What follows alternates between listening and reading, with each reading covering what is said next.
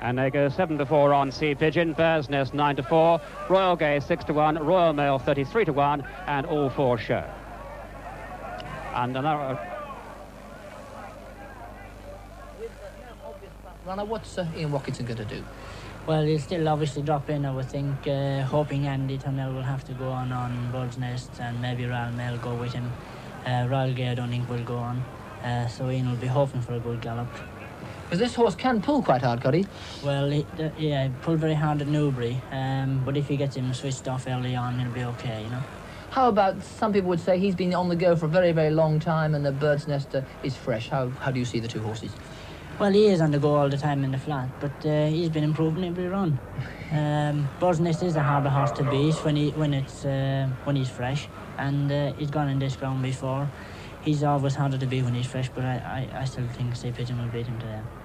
Well, it's a fascinating race. They're coming up to face the starter. Let's go over and join John Penny. Yes, in fact, the white flag has been hoisted. The starter here this afternoon, Jerry Scott, the former jump jockey, so we have a real, truly jumping jockey influence here this afternoon, what with Jerry Scott down at the start and John Joe with us on the rostrum. But as the 4 runners now come up into the line, I think this could be a first-timer. In fact, it is.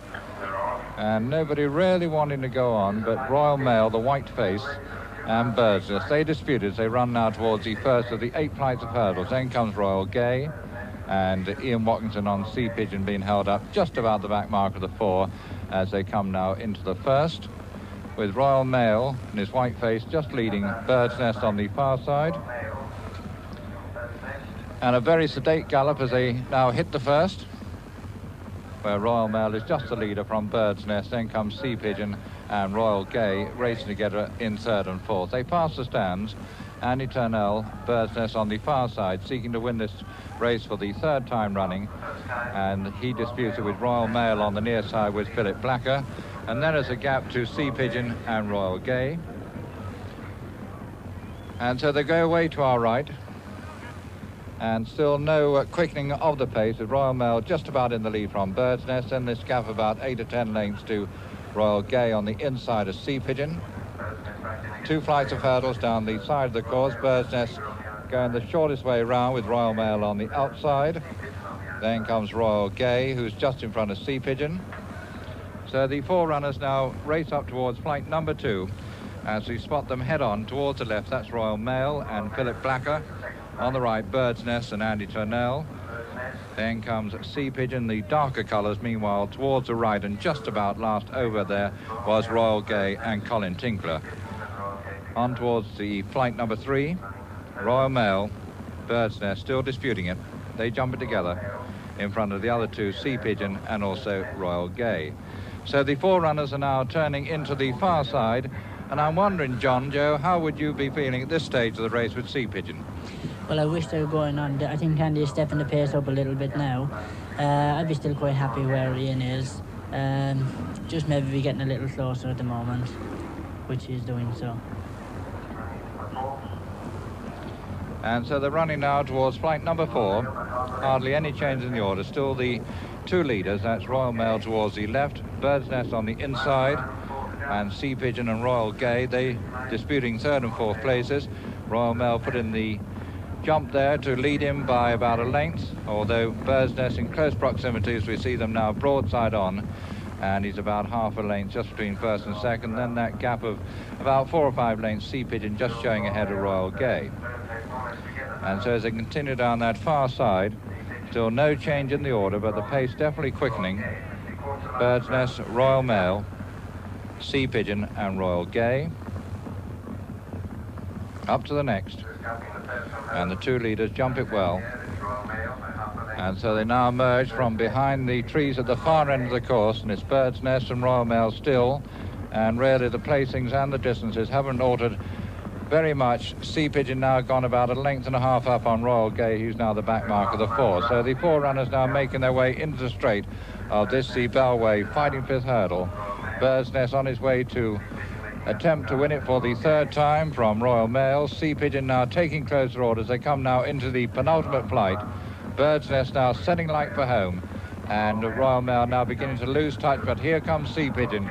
He's chopping down the leeway, but Bird's Nest full of running as they run now towards the final quarter mile, being pursued by Sea Pigeon.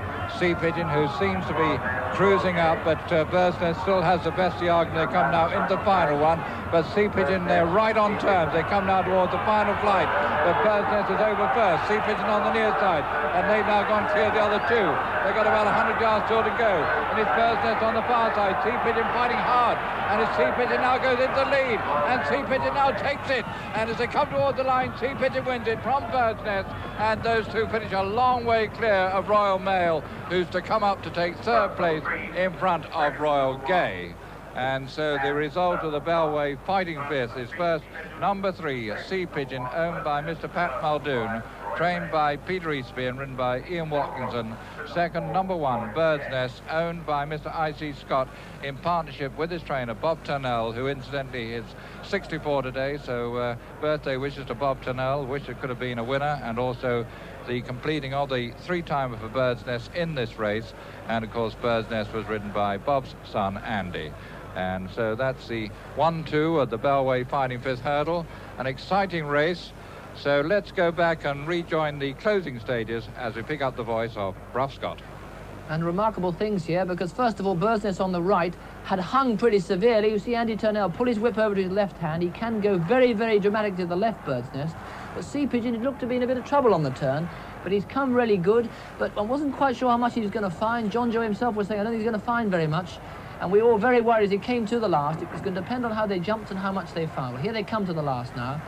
And a tremendous jump, in fact, by Bird's Nest. But can Sea Pigeon find any more? Well, the battle is on now. Bird's Nest goes to the left, but that isn't really what stops him. What does him is Sea Pigeon's tremendous final finishing speed. They used to say that old Sea Pigeon was ungenuine, but just look about the way he sets his head out and really sprints past. And Bird's Nest, for all his talent, can't complete the 3-timer. And there goes Sea Pigeon past. He actually has the cheek to prick his old ears as he goes past the post. He's a really convincing winner for Ian Watkinson. Bird's Nest is second, and John Joe O'Neill beside me is a delighted man, but was a little bit worried at halfway.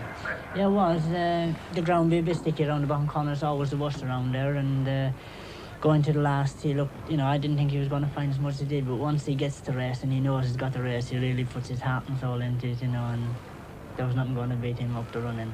It's extraordinary. We keep thinking